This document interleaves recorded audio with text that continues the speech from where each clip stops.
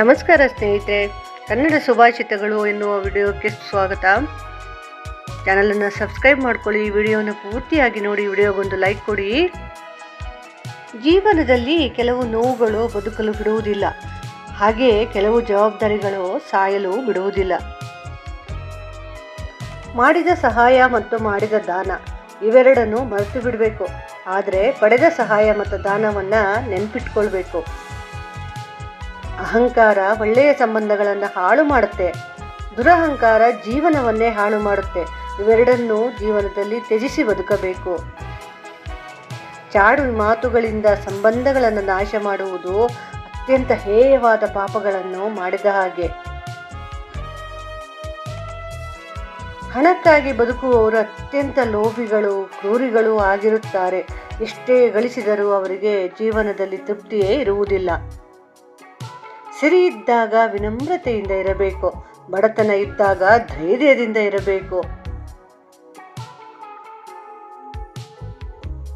ಸದ್ಗುಣಗಳು ಸದಾಕಾಲ ಸಂತೋಷವನ್ನೇ ತರುತ್ತವೆ, ದುರ್ಗುಣಗಳು ಸದಾಕಾಲ ನೋವನ್ನು ತರುತ್ತವೆ.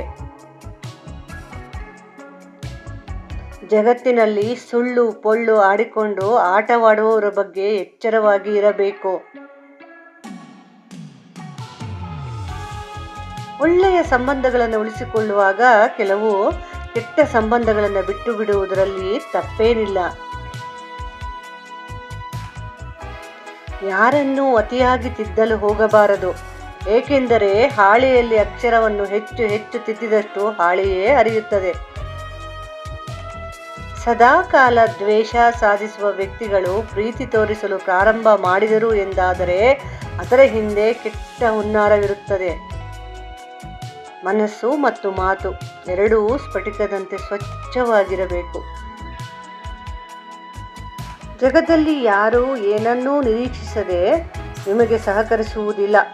ಪ್ರತಿಯೊಬ್ಬರ ಮನದಲ್ಲಿಯೂ ಪ್ರತಿಫಲಾಪೇಕ್ಷೆ ಇದ್ದೇ ಇರುತ್ತದೆ. ನರಿ ಬುದ್ಧಿ ಇರುವ ಮನುಷ್ಯರು ನೆಪ ಹೇಳಿಕೊಂಡು ಹತ್ತಿರ ಬಂದರೆ ಅಂತಹವರ ಬಗ್ಗೆ ಎಚ್ಚರವಾಗಿರಬೇಕು. ಅಂಥವರಿಂದ ಅಪಾಯವೇ ಜಾಸ್ತಿ.